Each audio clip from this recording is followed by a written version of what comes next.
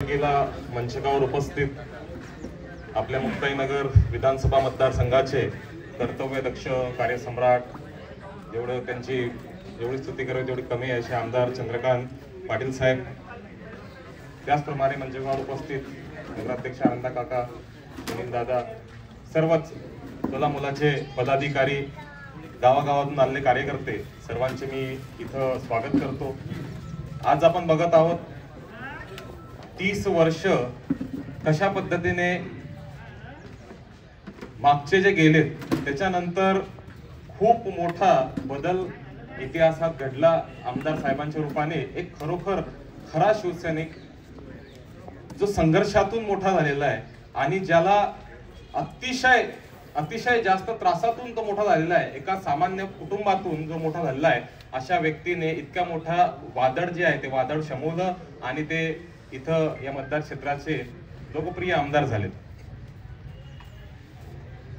जे 30 वर्षात झालं, मला असं वाटतं की जे 30 वर्षात आपल्यासोबत जितके काही आघात आपल्यावर झाले असतील, मी अशा कुटुंबातून येतो, माझे मोठे वडील सुद्धा त्या गावचे सरपंच, नंतर माझे काका सुद्धा त्या गावचे एका गावचे सरपंच आहेत, येवती म्हणून गाव आहे आमचं पोतवड मधलं। आता अगोदर भाषण देऊन गेले आमचे सरपंच साहेब, म्हणजे सरपंच पती दामोडे, हे सुद्धा त्या गावचे आता सरपंच आहेत। त्यांनी सगळी कथा व्यथा सर्व गोष्टी मांडल्या। पण 30 वर्ष जो त्रास आपल्या सगळ्यांना झाला, आमचे मोठे वडील असतील त्यांना जेलमध्ये टाकायचं काम झालं, त्याच्यानंतर आमचे जे काका असतील त्यांना सुद्धा जेलमध्ये टाकायचं काम झालं, त्यानंतर प्रत्येक गावात अशा घटना घडत होत्या आणि फक्त लोकांचे तोंड दाबून बुक्क्यांचा मार हा 30 वर्षात चालू होता। आज आमदार साहेबांच्या रूपाने आपल्याकडे एक शक्ती आलेली आहे की जी शक्ती जी आहे ती अशा शक्तीने, ती जी समोरची जी शक्ती आहे की जी 30 वर्षाच्या शक्तीने अशा तास दिला, तर ती शक्ती आपण शमवलेली आहे, तिचं आपण सौम्य केलेलं आहे आणि त्यांना जवळपास आपण संपवलेलं आहे।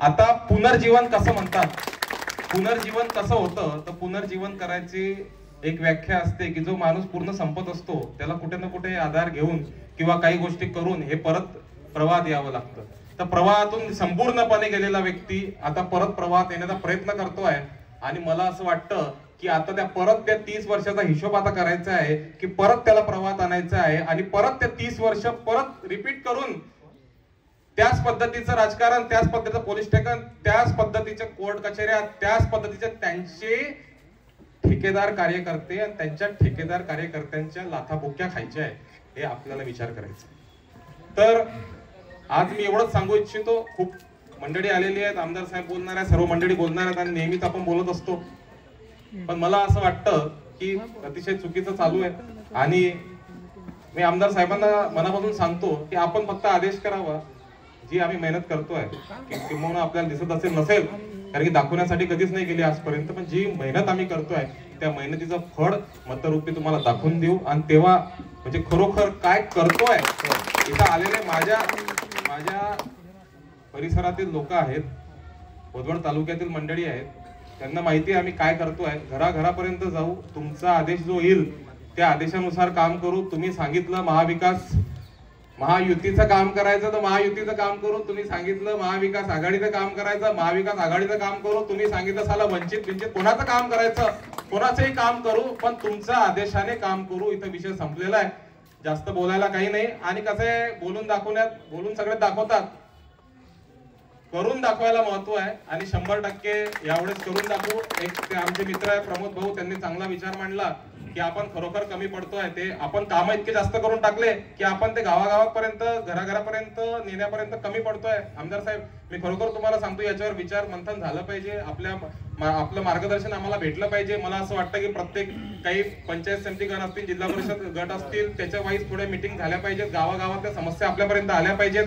आजही 5 ते 6 मंडळी, 5 ते 6 गावाचे लोक माझ्यासोबत आले आहेत, ते मी रोज फिरतो साहेब, जरी आपल्या दिवसांचं डेली आहे मी, पण मी ते फेसबुक वगैरे ते बंद केलं कारण की मुलं खतरनाक माझ्यासोबत किस्से झालेत, बरं झालंय, त्याच्यामुळे ते मी बंद केलं। पण आम्ही डेली फिरत राहतो, आजही 4 गावं 5 गावं जे आहेत आमच्या एरियातले करून आलेलो आहे। समस्या आहे लोकांच्या, त्यांच्यापर्यंत तळागाळात जाणं गरजेचं आहे, लोकांचा आवाज सुद्धा आपल्यापर्यंत पोहोचण्याचं काम आमचं आहे।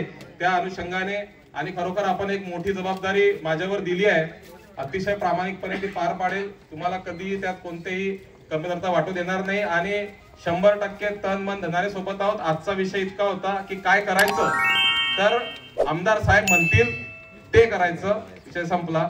जय महाराष्ट्र.